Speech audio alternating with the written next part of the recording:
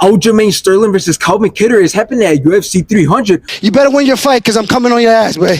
Who's actually going to win this fight? Well, before we talk about who's going to win this fight, let's take a look at their latest performances, in which Aljamain Sterling fought Henry Cejudo, in which both of their wrestling, grappling, and ground game was great, but Aljamain Sterling ended up outlanding Henry Cejudo and ended up taking it by decision. And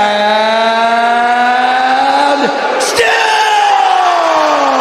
After this, Aljamain Sterling went on to fight Sean O'Malley, in which both of them started out very slow in round 1 until Sean O'Malley dropped Aljamain Sterling and finished the job by TKOing him in round 2.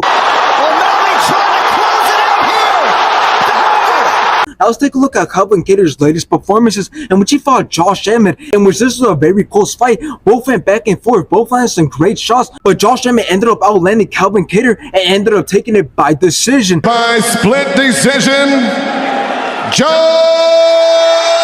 Now after this, Calvin Kattar went on to fight Arnold Allen, in which both landed some great shots until Calvin Kattar injured his knee in round 1, tried to keep on going, but he couldn't, in which the fight had to be stopped at the beginning of round 2. Watch how he explodes off that leg.